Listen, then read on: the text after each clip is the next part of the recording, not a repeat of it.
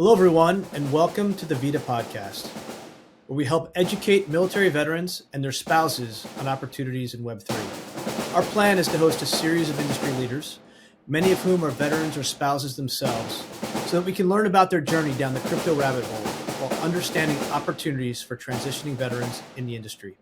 I'm Chris Perkins, president of CoinFund. I'm a combat Marine veteran who spent 15 years on Wall Street before transitioning into the crypto space. And before we begin, I would like to thank our sponsor, Luca, who's dedicated their time and resources to make this podcast possible. For our 30th episode, we'll be speaking with Navy veteran Nick Rygiel, founder of IRONCLAD Financial. Hello, Nick. Hi, Chris. It's very nice to be on the show today. Awesome. So tell us about your background, man. Yeah, so I was a Naval Academy graduate 2004, majored in systems engineering. After I graduated, I served on the USS Porter in Norfolk, Virginia for 4 years, and I worked at Dahlgren, Virginia for 2 years. And then after that, I got out, worked for Deloitte, and then ended up at Merrill for about 10 years and decided back in 2022 to kind of leave and start my own RIA. So we call you type of naval officer SWOs or SWO daddies. It's a really, really challenging career. I had a roommate who was a SWO, and you want to tell us about what it's like to be a surface warfare officer? Yeah, I mean, the joke is that you could put a SWO in a room with nothing to do, and then he'll say after the full weekend how busy he was. I think we find ways of always kind of looking at making things more complex sometimes, but it was definitely a eye-opening experience for me. Being on the Porter, I did a fleet up there, which means that I stayed on for my second tour. So I was on there for a total of 4 years, and then just seeing different captains, different personalities. We did 2 deployments overseas, one to the Black Sea and the other to the Horn of Africa. What was your role on the ship? Like, what does that mean? What's a day in the life of a SWO during deployment? Yeah, so my first deployment, I was in the weapons department, so I was a gunnery officer. So a lot of that was just making sure of kind of maintaining all the weapon systems, testing, keeping account of all the ordnance that we had on board, and then also helped with the force protection. So the overall security of the ship and a lot of kind of admin items that go along with that. But then on the other side, being a SWO, you're also helping drive the ship. A lot of my days were kind of managing the division and then serving a watch for 6 to 8 hours on the bridge, navigating as the officer of the deck. Those are both some hairy waters. I know that there's a lot of anti-piracy missions out there. Did you do a lot of that kind of work and boarding? Yeah. In fact, the second deployment was off the coast of Somalia, and we were involved. The USS Porter was involved with a ship that was hijacked called the Golden Nori. And so we were directly involved in anti-piracy operations. And in fact, through that situation with the Golden Nori, I had an upfront encounter with pirates. Wow, and I imagine the pirates didn't do so well in the end. No, they decided to leave after, but it was a good couple months of just kind of tracking them and then basically creating like a barricade around them so that they couldn't leave the ship. And then some negotiations happened, and things were taken care of. Always an adventure. So you came back home, and tell us about your transition. So I came back home, and I was looking at what the next step was. I mean, I was, at the time, my wife, we were engaged. We were looking at what we could do post-military, what we could where we were going to live and things like that. So a lot of us was trying to search for a new occupation that kind of had some of the elements of being in the military, but also kind of gave a little more of a post-military at the same time. So finance was, I think, a driver, and I think there's a lot of us that kind of end up in finance. You wanted to go into finance. How did you land a job? Did you start networking with fellow academy guys and ladies? Yeah, networking had a huge part of that. I think networking was always the first step of just seeing what other people did. LinkedIn at the time was also a good resource.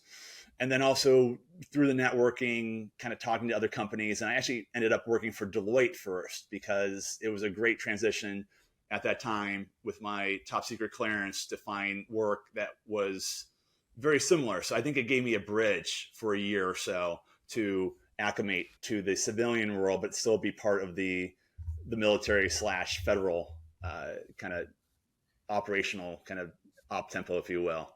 Got it. So you leverage your clearance. You're at Deloitte doing a lot of, sounds like, defense consulting, and then you decided to take it a step further and jump into finance. Tell us about that. Yeah. So I was at Deloitte for a little bit less than a year, and I wanted to make a transition. I wanted to kind of move out of the project management, the defense sector space, and I was looking at opportunities with finance, and I noticed that there was basically all the positions that I was really interested in required the Series 7.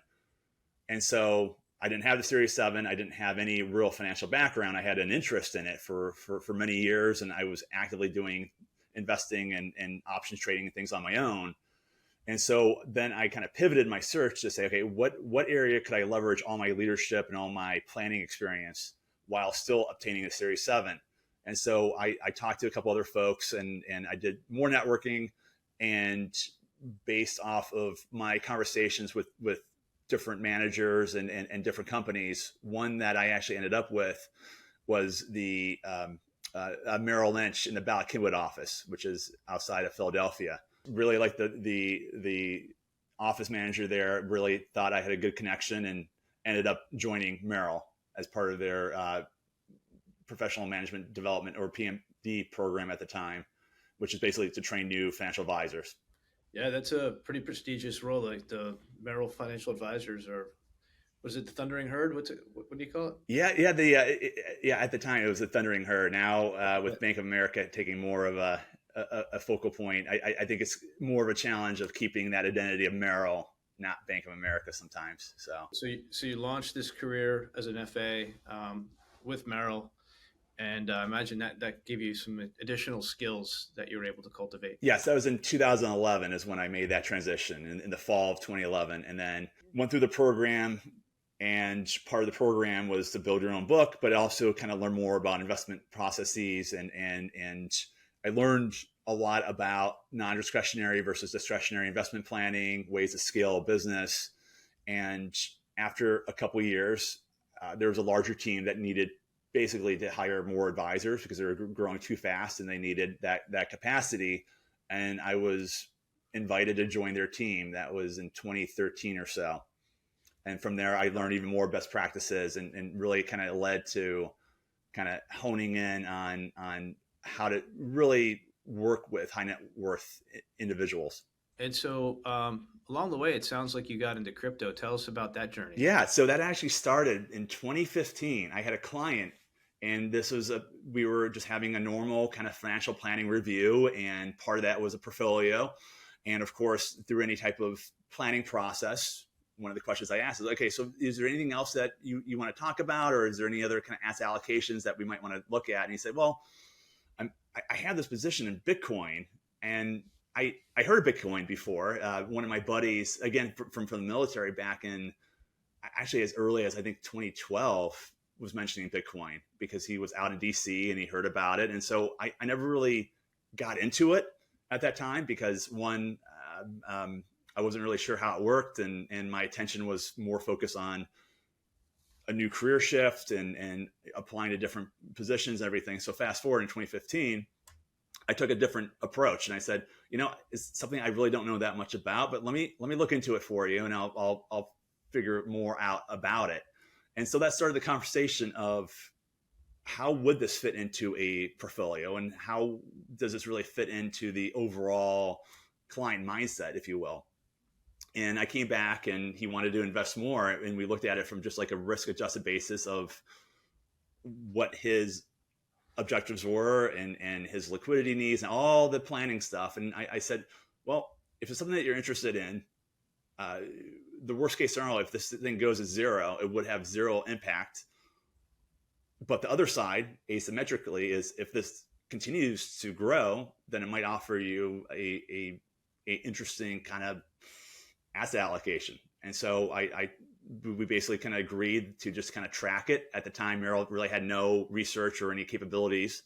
Fast forward a couple of years later, and Merrill started picking up some research, but it was very limited what I could actually work with clients on from digital assets. It wasn't something that Merrill wanted us to really have any involvement with or advise on. And so in 2022, I recognized that if I really wanted to include more alternative investments and specifically digital assets, that would have to be under my own independent RIA. And that was my main driver for leaving Merrill and starting IRONCLAD Financial. Wow, that's a pretty cool story. So you decide to leave. It's not easy to be a founder. Yeah. Right. I work with them every day.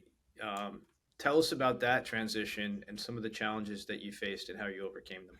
I think the act of, I was with Merrill for 10 years and I didn't leave because of any issues. I was on a team, high net worth advisory team. I was slated to be one of the next generation of advisors. So I had this large team. All I had to do was just stay there. And so everything was kind of on track. I didn't have to pursue crypto. I didn't have to pursue these things that Merrill really didn't want to be involved with. I could just stay the status quo and continue. So the first challenge was, am I really going to give up being a significant part of the next gen advisor, because the two senior advisors were looking to leave in the next couple of years. In fact, I think one is going through that transition now. So just staying. I think the biggest challenge was that inertia or that momentum to just kind of carry me through and say, that should not be a big impact on my practice. The backside of that, though, is because I was involved personally with decentralized finance back in 2020, I knew firsthand just how powerful this new concept was going to be. And so the back and forth of the reality of where things were today versus where things could be 10 years from now, that I recognized that if I wanted to be where I really wanted to be, I needed to do that under my own umbrella, because a large company is not going to move, just like as I would not have wanted to move, or this back and forth just from my own little position. A large company itself is just, that's not their focal point. That's not their motivation to take more risk than their, quote unquote return. Now we're seeing a difference now with institutional investors and things like that. But at that time, that was really, I think before those conversations really took hold. And so that was the first struggle. The second struggle was the reality. I really liked all the people that I was working with too. So just kind of leaving that and going from a team-based environment to then being a solo practitioner, starting something from scratch, just recognizing that how little did I really know about the RIA space, because I was in this bubble, if you will, this warehouse. Yeah. It was here's your technology, here's your processes, here's everything we do by the book. Here's a whole system. And being from the military, we do like to have systems, but we also like to have independence. So I think that's why veterans tend to do very well in these different scenarios. And so it was kind of pushing myself to recognize the adventure of doing something on my own, the risk of basically starting all over again. But at the same time, I thought to myself, what would be my biggest regret? Is it staying here and realizing the coulda, shoulda, woulda, or was it to just take that leap of faith and realize, you know what, I'm going to land on my feet, things will work out. But if I don't take the risk now, I'm not going to take it 1 or 2 or 3 years later. It's just going to be harder as I transition more and more in that main role. And so I just said, you know what, 2022, this is going to be the year that I'm going to leave. I totally agree with that. I feel like I advise folks, take risk while you're young. Like that's the time to maximize your risk taking, right? Yeah. It's harder as you get older, and you got mouths to feed and things like that. So anyway, what are you advising your clients now? I know each client's different. You have to be a fiduciary, but like vis-a-vis the crypto space, like how are you thinking about portfolio construction, and would just love to know the contours of your advice. Yeah. So with clients, again, each one's a little bit different. There's some clients that have zero crypto exposure, and I haven't even really looked to add crypto exposure to them right now because it's just not what's in their best interest. But for other folks, it definitely aligns with their risk parameters and what they're looking for, with more of a holistic kind of asset allocation beyond that traditional 60-40, 60% stocks, 40% bonds, right? And within the alternative investments, but also just within tech-heavy industries or folks that have a lot of exposure to technology. I find it is very compelling, especially since many clients already do have crypto outside. And it was more of having a conversation and then recognizing, now that I have the capabilities of working more directly with clients, we can have more direct conversations and we can get more involved. And you find out just how down the rabbit hole some of these guys really are. So I would say the first group of clients, they're already in crypto. And so with me now, it's more of, how do we look at your security mechanisms? Are they using a MetaMask wallet versus a multi-signature wallet? So it's more about just improving their processes and ensuring that they have the right kind of awareness of the risks, especially if they self-custody. But it's also very interesting working with people that self-custody, because it creates a whole nother paradigm of, yes, they can invest with me on traditional assets and I can manage those traditional portfolios, but now I can actually give advice on a non-discretionary, non-custodial basis on these digital assets. And I find that is a much greater growing segment of my client base now than I would have expected. So two questions. The first is, you talked about the 60/40 traditional portfolio construction. How do you think crypto changes that in the future? Where are we going to settle? BlackRock really kind of changed the game in terms of changing that narrative. And I think they're just the beginning of this trend of moving more assets on chain. And so when we look at what is possible, yes, a money market account or a treasury account is not really going to move the needle. Most folks will look at that and say, oh, well, I don't really need that. I can just get treasuries, or I can just buy blah, blah, blah in my custodial account, which is true. But I think what really changes the game is the fact that can now be collateralized or part of a system that will just continue to grow. BlackRock is not going to stop with just one tokenized asset. They're just looking, experimenting, and they're going to continue to bring more and more solutions. And I know Uniswap right now was served a Wells notice, but that might be fortuitous in the sense that we might finally have some more clarity. I mean, it would be best not through the court system, but if that's the way it is. But I think once that gets resolved and people can start recognizing how more and more assets, especially real assets, can be brought on chain, then asset allocation is not just going to be the analogy I would use is when people talk about asset location in terms of a retirement account or a taxable account. Yeah. Now we can talk about, do you want this in your custody or non-custodial or self-custody? It just adds a whole nother element for folks, especially for those that are more multinational or folks that want more diversification outside of the United States. Yeah, I agree with you on the Uniswap. I tweeted about that. Like, clarity is going to be a good thing, which is super positive. I hear you on the type of asset and how that could be interesting in construction, but I would still think that a money market fund is still part of that 60/40 traditional mix. Like, where do you think crypto native assets fall into 60/40?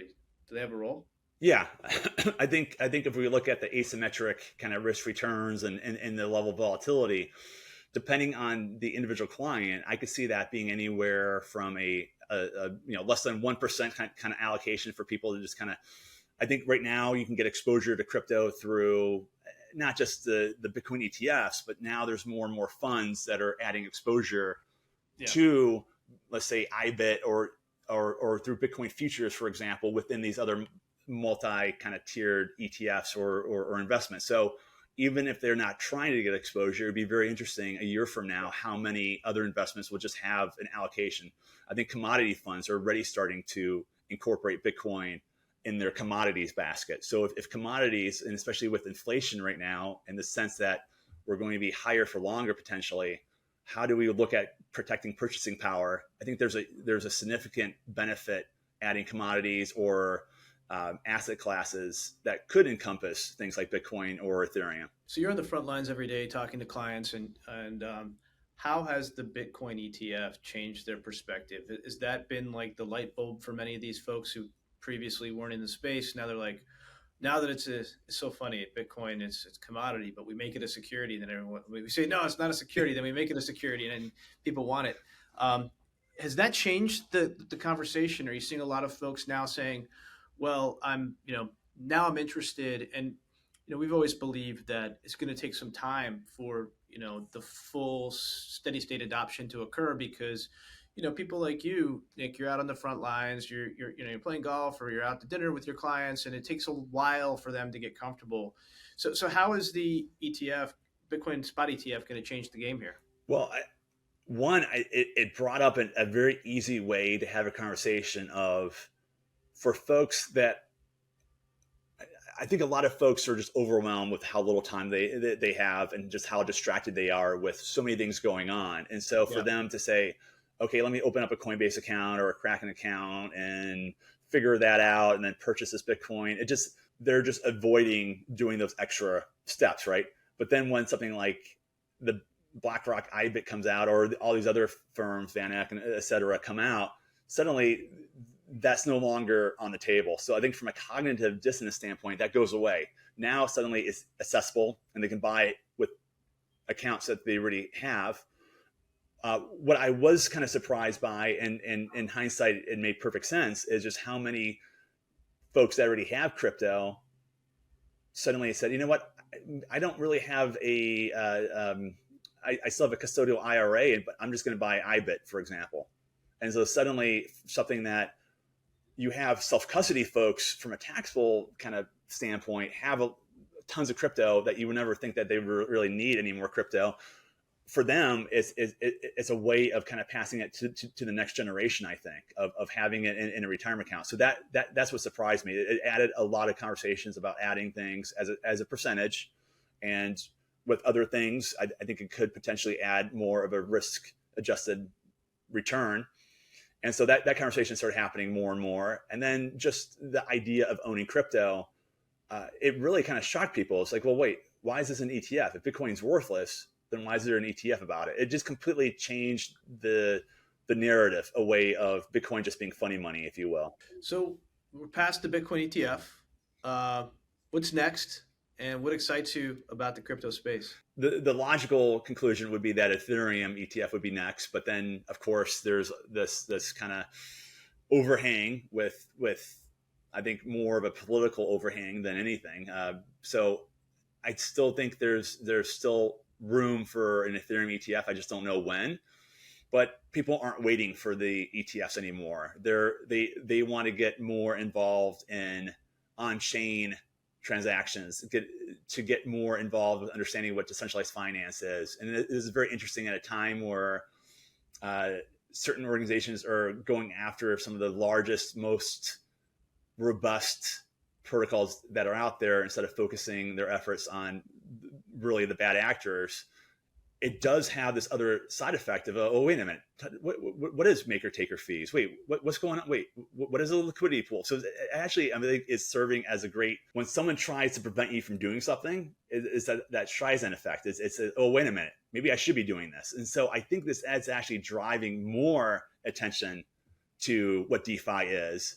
And in that case, I'm very excited about on-chain tokenization as another motivation for folks to take the time, set it up, learn about this. And especially if advisors can be involved in that process without having custody, I think that changes the game. So I'm very excited for a company called L1, where they're really helping to facilitate a platform where advisors, asset managers, and individual clients can all coordinate, where the clients have full custody via their hardware wallet or a safe wallet, for example, through like what used to be called Gnosis Safe, like the multi-sig wallets. Yeah. And they can get advice, or at least get reviews on their positions.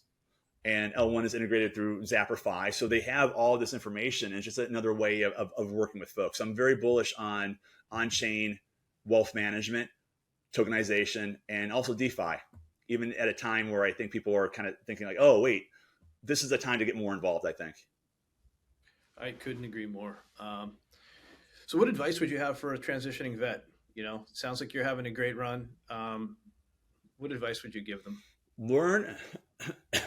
I think if they're if they're going that initial transition and they know that they dropped their papers and they got, let's say, a year left, this is the time you should be networking with as many people as possible. I think most vets, even if I don't even know them, reach out to me on LinkedIn, I will respond to them. I might not be able to help, but ideally I might be able to point them in their direction with someone that could help them. And for the folks that are interested in crypto and specifically in being a financial advisor with cryptocurrencies or digital assets as part of that portfolio, I mean, I would love to have that conversation with them, to offer them advice. And I think just generally learn as much as you can. And from there, then start looking at what is the most interesting to you, and then find the companies or the projects that are in that space. And, folks like yourself that are really broadcasting this to veterans, I think is a great starting point as well. Are you hiring at all, Nick? How big's your team? Are you a one-man show, or you have a team behind you? I'm a one-man show, and I'm in the process of kind of looking at how to add on headcount, because I'm recognizing just it's like being that one-man coder, right? At some point you recognize that you are no longer the guy that is operating the day-to-day, that you do need someone that is on the operational side. And unfortunately, or fortunately, I guess from a founder standpoint, I'm responsible for everything else. So I am definitely, I would love to network with more advisors, especially those vets that are in crypto. Awesome. And what skills would you be looking for any of those transitioning vets? How could they prepare themselves for an interview with you? Yes, I think one is a question of if they have any certifications like the Series 7 or another kind of certification. I think that's one route. The other route is if they do have like a background in computer science or programming, coding, because let's face it, with alternative investments, that's great, but there's also this AI kind of overhang that we haven't even discussed. But I think artificial intelligence combined with coding, combined with digital assets, will be a powerful kind of combination. Yeah, we spend a ton of time at the intersection of crypto and AI. I guess my last question would be, you brought it up, how's AI going to transform your business and your livelihood? I think it's going to be one of the best kind of, it reminds me of like going through like the late 1800s, where you had like the railroads, electricity, and all just electricity, all these different things come out. Here we have crypto, we have artificial intelligence. It's just going to completely, are there going to be human advisors? Yes. But will those human advisors be leveraging AI? Absolutely. And the ones that do not leverage it are going to be left behind, because the ability to provide more advice, more customized, personalized advice at a lower cost. Company firms like my IRA right now, I'm looking at, how will financial advice be given? Because many things, you can't just automate all advice, but you can definitely automate parts of it. And then if you have a human advisor, you can help coordinate when it makes sense and when it doesn't make sense. And so I just see that as a huge paradigm shift, and it should definitely be one of the biggest disruptors. Yeah, which makes for very exciting times. Absolutely. So awesome. Anything I should have asked? I don't think of anything else. I think we kind of covered, my background, how I got motivated into crypto, the pros and cons of being in crypto, and then just being a veteran. I think the last thing I would say is just veterans, to me, have a natural curiosity, and they're willing to kind of look beyond the status quo. So I think we always find ourselves kind of always looking to kind of have a growth mindset. Sounds good. And how can people connect with you, Nick? Best is through my website, ironclad.financial, or through LinkedIn. Last name is Rygiel, Rygiel. Excellent, sir. And thank you so much for coming on today's podcast. Excellent information and feedback. We're really lucky to have someone like you, another founder just trailblazing in the space. Also wanted to thank our sponsor, Luca. Couldn't do this without you. And for those of you who are interested in learning more about VIDA, please connect with us on LinkedIn or Twitter. And if you have ideas of folks that we should bring onto the podcast, please reach out to me on Twitter at PerkinsCR97. Thanks again, Nick. Really appreciate it. Thank you, Chris.